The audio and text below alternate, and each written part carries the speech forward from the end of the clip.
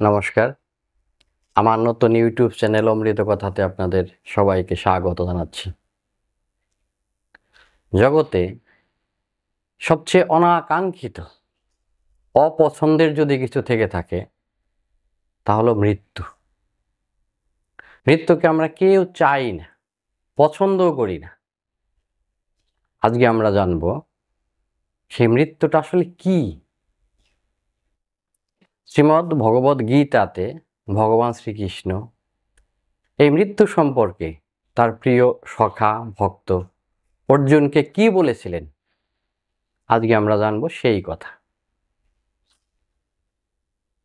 আমরা হঠাৎ কারো মৃত্যু সংবাদ পেলে আশ্চর্য হই, কিন্তু রাজা যুধিষ্ঠির তিনি বলেছিলেন সম্পূর্ণ অন্য কথা, বিপরীত কথা।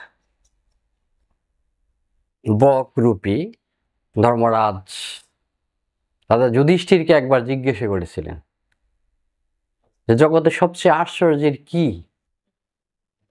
তার উত্তরে রাজা যুধিষ্ঠির সুন্দর করে বলেছিলেন, অহনি অহনি ভূতানি গচ্ছন্তি ইহ জমালয়ম শেষা স্থাবরম ইচ্ছন্তি কিম আশ্চর্যম অতঃপরম।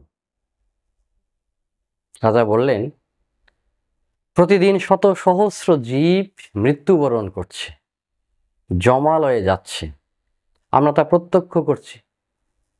কিন্তু তারপরেও আমরা সবাই আশা করছি চিরদিন বেঁচে থাকা।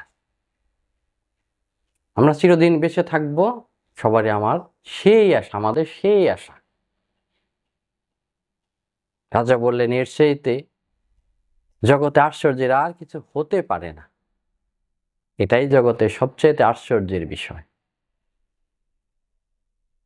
আমাদের কাছে মৃত্যু অর্থই হলো ভয়, দুঃখ, বিষাদ, অশুভ। কিন্তু এই মৃত্যুকে অতিক্রম করার সাধ্য আমাদের কারও নেই।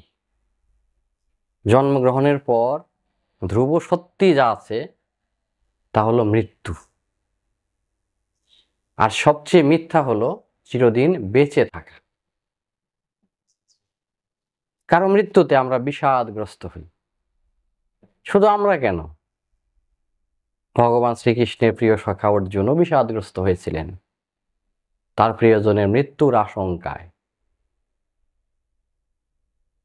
এই যে মৃত্যু, এটা আসলে কি ভগবান বললেন অর্জুনকে গীতাতে।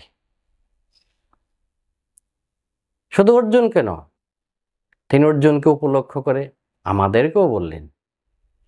ভগবান বললেন, অসাংসি জীর্ণানি যথা বিহায় নবানি গৃহাতি নরপরাণি তথা শরীরানি বিহায় জীর্ণানি অন্যানি সংজাতি নবানি দেখি। মানুষ যেমন পুরাতন বস্ত্র পরিত্যাগ করে নতুন বস্ত্র পরিধান করে, ধারণ করে, এই আত্মাটাও ঠিক তদ্রূপ। পুরাতন দেহ, জীর্ণ দেহ পরিত্যাগ করে নতুন দেহ ধারণ করে। তো বলা হলো, এটা কি একবারই? এই ধারণ এবং পরিত্যাগ কি শুধু একবারই হয়? ভগবান বললেন, জাতস্য হি ধ্রুব মৃত্যু ধ্রুবং জন্ম মৃতস্য চ। জন্মিলে মৃত্যু অবধারিত, ধ্রুব সত্য। আবার মৃত্যুর পর জন্মগ্রহণও সুনিশ্চিত। এটা একবার নয়, বারে বারে চলতেই থাকে। উপনিষদে খুব সুন্দর করে বলা হলো, শস্যমি বা মর্ত পচ্যতে শস্যমি বোঝায়তে পুনঃ।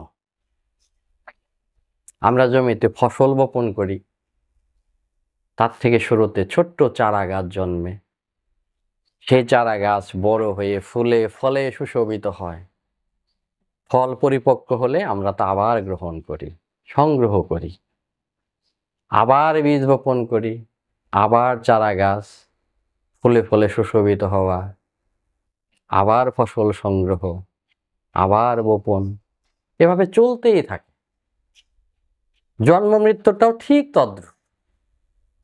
জন্মগ্রহণের পর শিশুকাল, তারপর বড় হওয়া, বৃদ্ধ হওয়া, মৃত্যুবরণ, আবার জন্ম, শিশুকাল, বৃদ্ধ, মৃত্যু, আবার জন্ম, এভাবে চলতেই থাকে বারবার, অনেকবার, 84 লক্ষ বার, হয়তো বা তার চাইতেও বেশি। হয়তো ভগবান বললেন এ নিয়ে দুঃখ করো না, তার চেয়ে বরং তৈরি হও, প্রস্তুতি নাও, মৃত্যুর জন্য তৈরি হও। আমরা বেঁচে থাকার জন্য, জীবনের জন্য প্রস্তুতি নেই, কিন্তু আমরা মৃত্যুর জন্য তো কেউ প্রস্তুতি নিই না। কয়েকদিনের জন্য যদি আমরা বাইরে ঘুরতে যাই, বেড়াতে যাই, তারও একটা প্রস্তুতি নেই। প্রয়োজনীয় সমস্ত জিনিসপত্র বেঁধে প্রস্তুত হয়ে তারপর আমরা বেরোই। আর এই পৃথিবী থেকে চিরবিদায়ের জন্য, চিরদিনের জন্য চলে যাওয়ার যে প্রস্তুতি আমাদের, সেটা তো অবশ্যই নিতে হবে। প্রয়োজনীয় সমস্ত কিছুই তো সঙ্গে নিতে হবে। এখন প্রশ্ন, আমরা সঙ্গে কি নেব? টাকা পয়সা অর্থবিত্ত তো আমাদের সঙ্গে যাবে না, নেওয়া যাবে না, সে আমরা সবাই জানি। তাহলে কি নেব?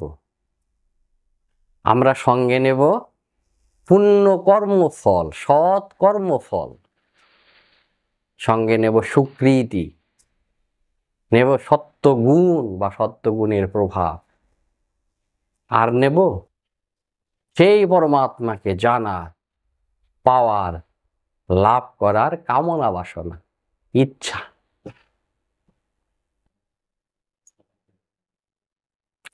এ সমস্ত কিছু সঙ্গে থাকলে আমাদের শেষ যাত্রাটি অত্যন্ত আনন্দের হবে, সুখের হবে, হয়তোবা আশারও হবে। কেননা মৃত্যু হলো পরমাত্মাকে প্রাপ্ত করার, পরমাত্মাকে লাভ করার এক প্রক্রিয়া, একটা সুযোগ, একটা পন্থা। ওই যে সাধক বললেন, মৃত্যুকে সবাই ডরে, তবু আনন্দ আমার মনে, কখন আসিবে মরণ, মিলিব পরমাত্মা শনে। কাজে মৃত্যুকে ভয় পাওয়ার কিছু নেই।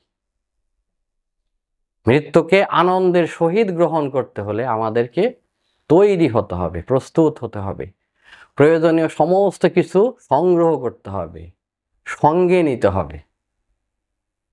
তবেই তো আমরা সবাই শেষ দিনে, শেষ যাত্রার সময় কবিগুরুর মতো বলতে পারবো, মরণ রে তহু মম শ্যাম সমান। হে মৃত্যু, তুমিই আমার শ্যাম, তুমিই আমার শ্রীকৃষ্ণ। নমস্কার বন্ধুরা, আপনারা সবাই ভালো থাকবেন। জয় শ্রীকৃষ্ণ।